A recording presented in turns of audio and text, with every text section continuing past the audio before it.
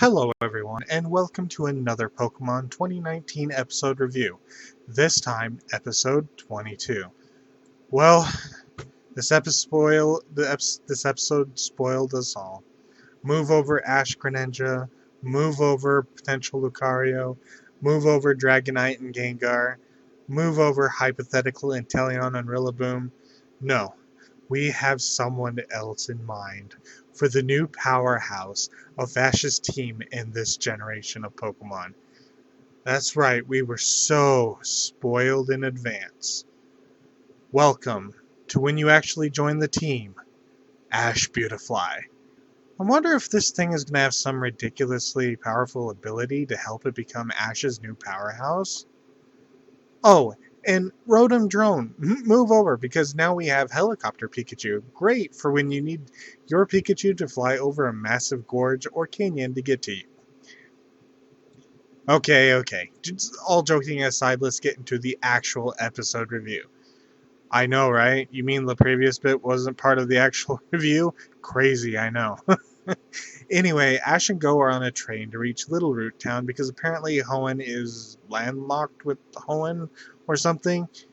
I'm sure technically they took a plane home, but it's so weird they had to get to Little Root by train. I don't remember that in Hoenn region. I'm pretty sure Ash flew to the Hoenn region or took a boat to the Hoenn region. And I think the first episode was about Little Root, but maybe I misremembered or something. Anyway, the reason they are in Little Root Town, or their purpose, is to witness Beautifly migration. The joke about Ash Beautifly being that Beautifly relies on wind direction to help them carry them in a specific direction. Ash joked about thinking it would be better or more challenging to fly against the wind, thus making travel difficult. And Go is like, yeah, maybe for an Ash Beautifly, imagining a Beautifly with Ash's characteristics. Meanwhile, all at this time, Raboot has been shown very little interest in what's going on. Observing as Raboot found out that a group of Zigzagoon, led by Lombre, were trying to steal food from trainers, Raboot was not having any of it. Go, noticing, almost finally, that Raboot has been acting off and begins to worry. It does seem like Go has paid attention to Raboot, but only ignored the issue until now.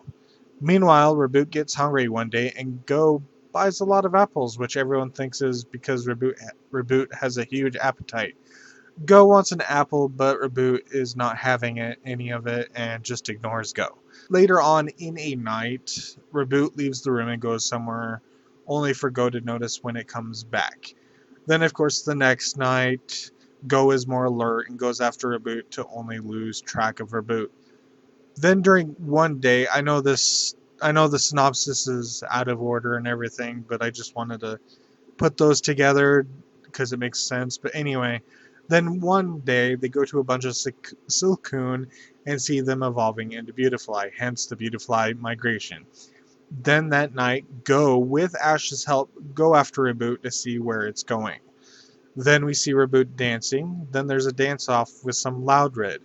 Then Go actually taking interest in Raboot, helps it out, and they decide to have a good time together. Then, in the morning, Go, thinking it would be best for Raboot, decides to leave Raboot behind with the Zigzagoon, Lombre, and the Loudred. Only for Ash to make it clear that Go at least said goodbye to Raboot, which Go technically didn't. And he gets very emotional and tries to go back to Raboot. Only for Raboot to have made it on the train and gives Go an apple, only for Go to hug a very embarrassed Raboot once Go realizes Raboot doesn't want to leave, and thus ends the episode. Apologies for some of those mistakes that I made during that, but I had to edit the audio, so let's move on to the review part of this episode. So, what are my thoughts of the episode? I wouldn't say the episode was awful or bad, but it did come off as weird since they were trying to hype the episode as something more than just a different style Goodbye Pikachu. It's at least something you would watch once and then you're done. And you probably don't need to watch it again. Unless you like Go and Raboot, then maybe they'll want to watch it more than once. Who am I to say? That's up to you.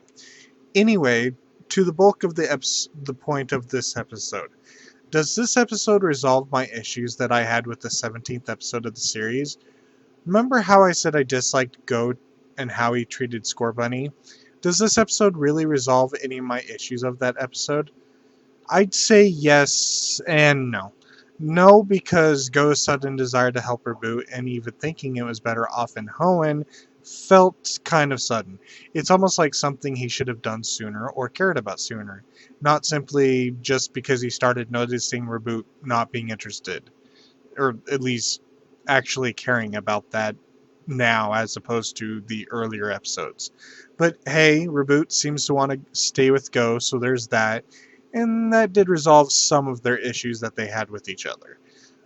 But in terms of the yes, it did resolve some of my issues because it did highlight a critical characteristic of Go that I think they may work on in the future. This episode highlighted and linked to the 17th episode, but I believe Go is very short-sighted. I didn't consider this in the 17th episode because Go seemed to actively ignore Score Bunny in most of that episode, believing that he knew what he was talking about. But it was amplified here with Go really wanting to understand Raboot, and everything from trying to leave Raboot made it very clear to me that Go is just very short-sighted. And I say that because in episode 17, Go's short-sightedness was shown when he didn't care if Score Bunny learned a fire move. Put Score Bunny down a couple of times while primarily focusing on trying to capture a Pokemon. In this episode, episode 22, was split between two goals. Trying to understand what was going on with Raboot and figuring out the whole migration, Beautifly migration, while he was there also trying to get a Wurmple so it could evolve into a Silcoon. Go was so distracted by many things that it seemed like he didn't know what he wanted to do, or at least the episode was kind of messy in that kind of department.